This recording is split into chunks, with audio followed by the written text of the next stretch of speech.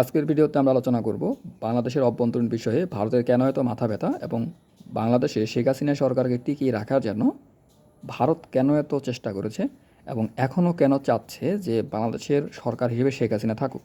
তো এটা যদি বুঝতে হয় তাহলে আপনাকে এই ম্যাপের দিকে তাকাতে হবে। ম্যাপটা ভালো করে খেয়াল করলে দেখবেন বাংলাদেশের এই পাশে একটা ভারতের অংশ আছে এবং ভারতের এই পাশে আরেকটা অংশ আছে। এটাকে বলা হয় ভারতের মেইনল্যান্ড, আর এইটাকে বলা হয় ভারতের সেভেন সিস্টার। অর্থাৎ এখানে 7টি রাজ্য আছে ভারতের।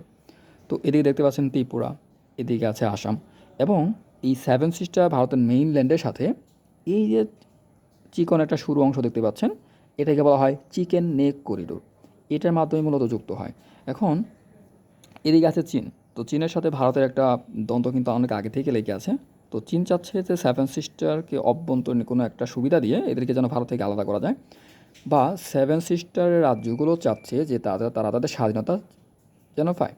তো সেই জন্য যেটা হয় যে সেভেন সিস্টারে যে রাজ্যগুলো আছে মাঝে মাঝে এখানে অনেক ঝামেলা সৃষ্টি হয়, যারা ভারত থেকে স্বাধীনতা অর্জন করতে চায়। তো বাংলাদেশের বিএনপির আমলে বাবরের কথা মনে আছে। উনি হচ্ছে সেভেন সিস্টারকে 10টা অস্ত্র দিতে গিয়ে এই বাংলাদেশের যে বর্ডার আছে বর্ডার গার্ডের কাছে আটক হয়েছিলেন আর কি। তো তিনি আটক হন নাই, তার অস্ত্রগুলো আটক হয়েছিল।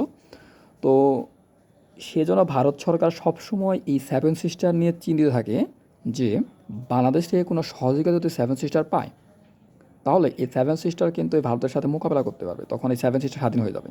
তো ভারত সবসময় চায় যেন শেখ হাসিনা সরকার এই বাংলাদেশের রাজত্ব করুক। তো এটা হল হবে কি, যে শেখ হাসিনা সবসময় ভারতের প্রতি আনুগত্য থাকে। তো সেটার কারণে যে এই সেভেন সিস্টার ভারত বাংলাদেশের কাছ থেকে কোনো সহযোগিতা পাবে না। তো এটা ভারতের একটা প্লাস পয়েন্ট। এবং কিছুদিন আগে আপনারা জানেন যে বাংলাদেশের ভিতর যে একটা ট্রেন ট্রানজিট হয়েছিল, যেটা এখান থেকে শুরু করে একদম এই অরুণাচল প্রদেশ পর্যন্ত, এটা কিন্তু শেখ হাসিনার সরকার বাংলাদেশের মানুষের কোনো স্বার্থ চিন্তা না করেই ভারতকে এই পারমিট দিয়েছিল। কিন্তু অন্য কোনো সরকার আসলে হয়তোবা এই ট্রানজিটটা ভারত পাবে না। সে কারণে ভারত সবসময় চায় যে বাংলাদেশের ভিতরে কোনো সরকার থাকলে সেটা শেখ হাসিনা থাকুক। ধন্যবাদ সবাইকে।